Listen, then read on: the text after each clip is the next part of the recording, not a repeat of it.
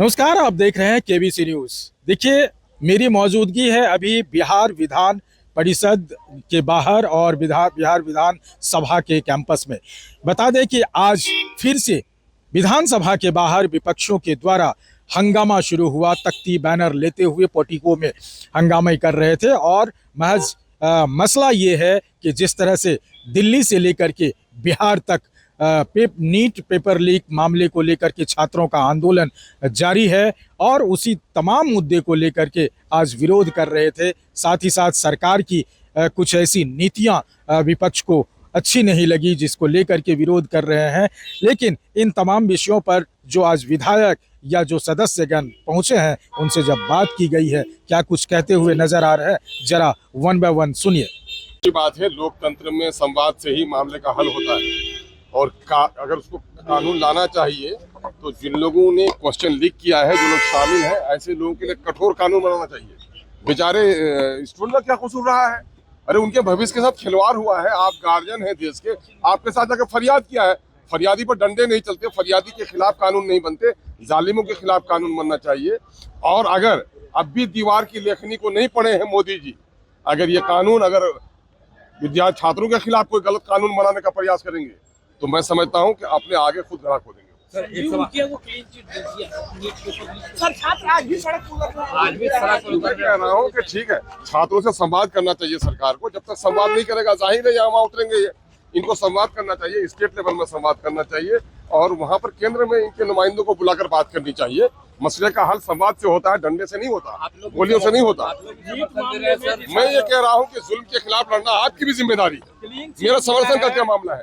मामला ये है कि जिस पर भी जुल्म हो, हत्या हो, अन्याय हो, बच्चे 5-5 साल तक तैयारी कर रहे हैं और मेधावी बच्चों का नहीं होकर के धन पशुओं के बच्चों को आप पेपर लिख करके करा लेंगे, तो ये तो देश के लिए नुकसान का बाइस है ना। ये सिर्फ डॉक्टर बनने का मसला नहीं है, देश के स्वास्थ्य के लिए मसला है कि ऐसे गलत डॉक्टर हो जाएंगे तो आम बीमारों का क्या हाल होगा। ये तो सिक्योरिटी का मसला है, हेल्थ सिक्योरिटी का मसला है। तो इसमें कहां से दिक्कत हो गई? इसमें हर वो आदमी जिसके सीने में इंसानियत बची है, मानवता जरा भी बची है, तो मैं समझता हूं कि इस किस्म की लड़ाई का समर्थन उनको करना चाहिए। एक सवाल है सर, बीजेपी के लोग कह रहे हैं कि विपक्ष के विधायक छात्रों की लगा रहे हैं। अच्छा, ये सत्ता पक्ष की हमेशा से बोली रही है। जब भी कोई जन आंदोलन हुआ है, किसी के सर को ठेकरा फेंकते रहे हैं, ये कोई नई बात है क्या?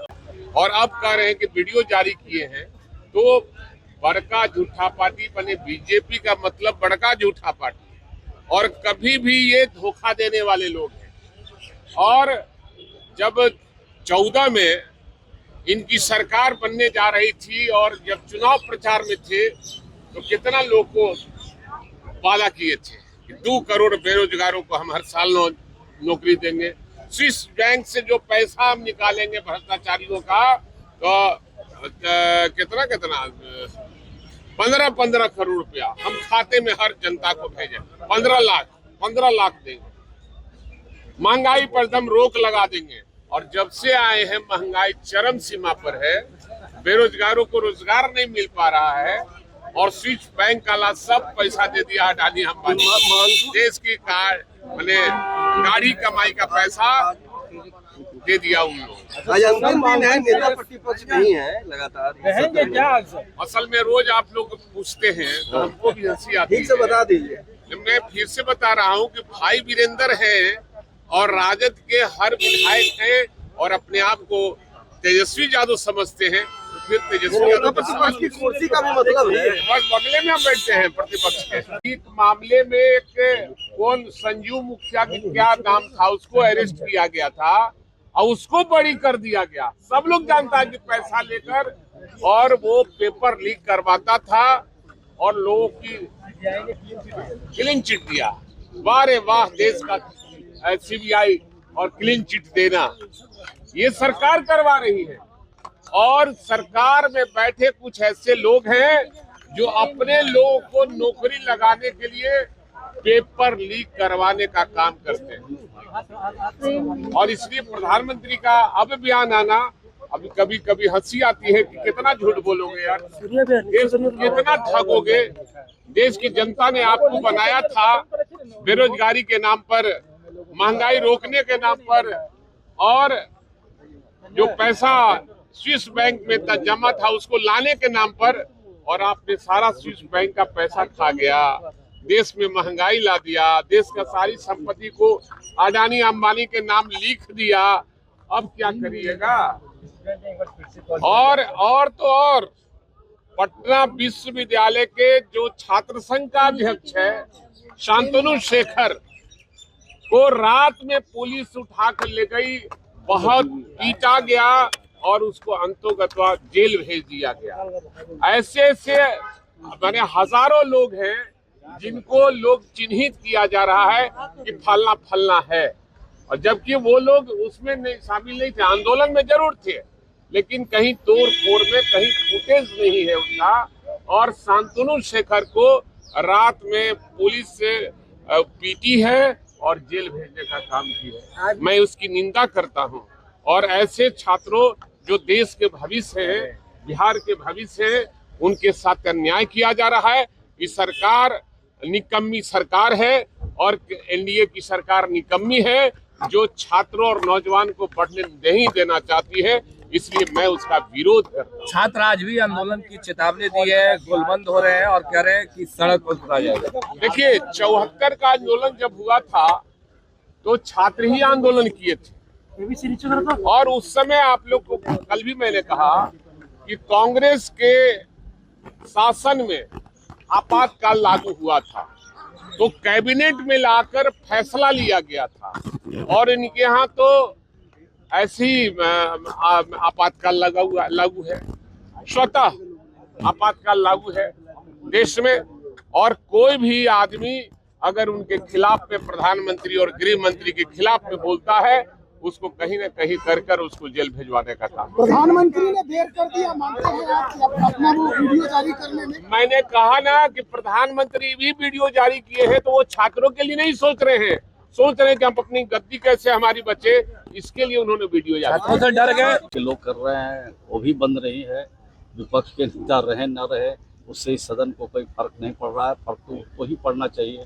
बिहार की जनता ने उनको सदन में रहने के लिए विपक्ष का नेता बनाया, यानी विपक्ष में बैठने के लिए जनादेश दिया है। तो जनादेश का अपमान कर रहे हैं, तो इसको तो बिहार की जनता आगे भविष्य में तय करेगी कि इनको विपक्ष का भी नेता रखा जाए या नहीं रखा जाए। कल बिहार में जिस प्रकार से परसों हुआ घटना, उसको लेकर एसपी ने चिन्हित किया है कई लोगों को, क्या उसमें कई छात्र? अरे भाई, पत्रकार लोगों को पीटा गया तो लोग चिन्हित नहीं हो गए कौन लोग पीटने वाले हैं? विद्यार्थी लोग थोड़ी पत्रकार को पीट रहे हैं। ये पत्रकारों को, विधायकों को, आम जनता को जो पीट रहे हैं लोग, गाड़ियों को तोड़ रहे हैं लोग, सरकारी और प्राइवेट संपत्तियों को जो नुकसान पहुंचा रहे हैं, ये हमारे विद्यार्थी नहीं है। विद्यार्थी ऐसा कृत्य नहीं करते हैं। हम लोग भी विद्यार्थी रहे हैं, विद्यार्थियों के नेता रहे हैं। हम लोगों ने कभी भी सरकारी और प्राइवेट संपत्तियों को नुकसान नहीं पहुंचाया है। हम लोगों ने कभी भी विधायक और सांसद को नहीं पीटा है। हम लोग उनके आगे बैठ के धरना जरूर दिया है। तो राष्ट्रपिता महात्मा गांधी के रास्ते से हमारे विद्यार्थी लोग चल रहे हैं, लेकिन ये पॉलिटिकल पार्टी के कुछ सो कॉल्ड नेता लगे हुए हैं कि इसी रास्ते से कुछ हमको हासिल हो जाए, तो उनको हासिल होने वाला नहीं है। जो प्रदर्शन कर रहे थे उसमें कई विधायक जो शामिल थे, उनके ऊपर भी FIR हुआ है। FIR तो अपना काम है, कानूनी प्रक्रिया है। अब उसमें जो दोषी होंगे उन पर कार्रवाई होगी, इसलिए FIR से चिंता की कोई बात नहीं होती है। सदन के भीतर आप लोगों ने जो सवाल उठाया, हम लोगों ने कोई सवाल नहीं उठाया। हम लोगों ने तो फोटो दिया और वीडियो की बात कही कि वीडियो है जिसमें ये कह रहे हैं। इससे अतिरिक्त और कोई बात नहीं सदन में। आप क्या मानते हैं जो प्रदर्शन कर रहे थे वो छात्र थे या कोई और थे? देखिए, प्रदर्शन करने का सबको अधिकार है, छात्र थे नहीं थे यह तो प्रशासन बताएगा, लेकिन हिंसा का कहीं स्थान नहीं। प्रदर्शन का तो अधिकार है, वो अपनी बात क्यों नहीं रखेगा अपने तरीके से, लेकिन हिंसा नहीं करना चाहिए। वो किसी आज आखिरी दिन है। तेजस्वी यादव जी का जरा सा आप रिकॉर्ड देख लीजिए, कभी भी नहीं रहते हैं। कोई अभी नहीं रह रहे हैं ऐसी बात नहीं है। हम लोग अभी की बात नहीं करना करके बराबर वो देखिए, और जिसका नतीजा देखिए। यहाँ पर जनता आपको भेजती है रहने के लिए, और यहाँ पर आप नहीं रह करके गायब रहिएगा तो जनता समझती है कि उनको वहाँ पर मन नहीं लगता है, इसलिए परमानेंट उनके पार्टी को गायब कर देती है। इसलिए कोई भी व्यक्ति जो कोई भी व्यक्ति जो यहाँ पर जनता चुन करके रहती है वो इसमें रहने के लिए, उसमें बैठने के लिए, उसके गतिविधि में भाग लेने के लिए भेजती है। इसके अतिरिक्त उनको कोई किसी चीज के लिए अलाउड नहीं करती। सीएजी की रिपोर्ट जो आई है, उस सीएजी की रिपोर्ट में करोड़ों का कई विभागों में 62 करोड़ अनियमितता का दिखाया घोटाला गया है। है। देखिए, अनियमितता नहीं है, वो हिसाब अभी आपके एक बिरादर के ही एक व्यक्ति ने प्रश्न कर दिया कि उसमें हिसाब किताब नहीं थी। हिसाब किताब का जो त्रुटि है उसका निराकरण किया जाएगा, वो अनियमितता की श्रेणी में नहीं आता। हिसाब किताब नहीं रहना और अनियमितता दोनों दो चीजें हैं। जल संसाधन विभाग के एक का जो खुलासा किया गया है कि जमीन का अधिग्रहण नहीं हुआ और उस पर टेंडर निकाल दिया, 287 करोड़ रुपया का सरकार को नहीं नहीं, तो उसमें ऐसा होगा ना, देखिए उसमें ऐसा होता है कि आपको बता देते हैं, अब उस पर रोक लग गई है। आज नहीं, इससे पहले ही नीतीश जी ने ही इस पर रोक लगा दिया था कि जब तक टेंडर की प्रक्रिया 80% नहीं हो जाएगा तब तक आपको काम प्रारंभ नहीं होगा। एक उदाहरण हम अपने बहेरी बाईपास कर देते हैं, उसमें अधिग्रहण हो रहा है और काम होते जा रहा है। इसलिए यह नहीं कर दीजिएगा कि टेंडर हो गया इसलिए अनियमितता आ गई। सीएजी करे ना, हम क्या करें? हम सीएजी की बात, हम अपनी बात कहेंगे ना, हम तो अपनी बात करेंगे और आपको जो नियम संगत है सो बात बताएंगे। उसमें यह नहीं है कि आपको, हम तो उदाहरण दे रहे हैं कि हमारे यहाँ बहेरी में बाईपास 5 किलोमीटर का बन रहा है, उसमें अधिग्रहण भी साथ साथ चल रहा है और निर्माण कार्य भी चल रहा है।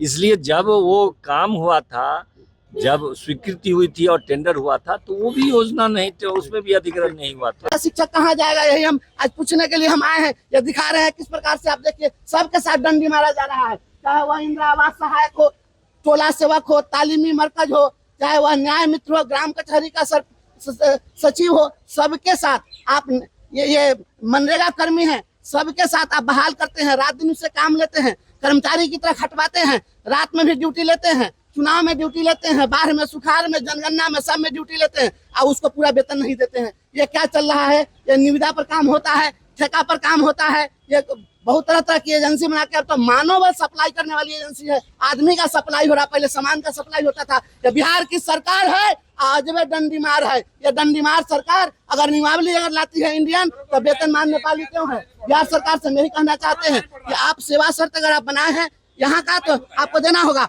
आप लिपिक परिचारी बहाल किए, लिपिक परिचारी को संविधान का अनुच्छेद 309 के परंतु के तहत आपने बहाल किया और फिर जो है आपने उसको वेतनमान जो है नहीं दिया। आप उसको पहले प्राण नंबर जनरेट कराए, प्राण नंबर जनरेट होता है राज्य कर्मियों का, और आप फिर उसका नियत वेतन देना, उसको 15,000 16,000 शुरू कर दिए। पुरानी पेंशन बहाल करिए, शिक्षकों को पेंशन देना होगा, विधायक हो चाहे वह यहाँ का एक मजदूर हो, सबके लिए समता का कानून होना चाहिए। यह वेलफेयर स्टेट है, किसी की बकौती नहीं है। और अगर सेवा शर्त अगर आप इंडियन बनाए हैं तो नेपाली वेतनमान नहीं चलेगा। अंतिम दिन है। तो आपने सुना, तमाम सदस्य बिहार विधानसभा हो या परिषद हो, उनके सदस्यगण ये बताते जरूर नजर आ रहे हैं, वो पक्ष और विपक्ष। मसला ये है कि विपक्ष लगातार हमलावर रहे हैं सत्ता पक्ष पर कि सरकार जो है वो छात्रों के विरुद्ध है, छात्रों की भविष्य के साथ खिलवाड़ कर रहे हैं। लेकिन वही सत्ता पक्ष जो है वो आरोप लगा रहे हैं कि विपक्ष बेवजह का छात्रों को उकसा रहे हैं, तूल दे रहे हैं।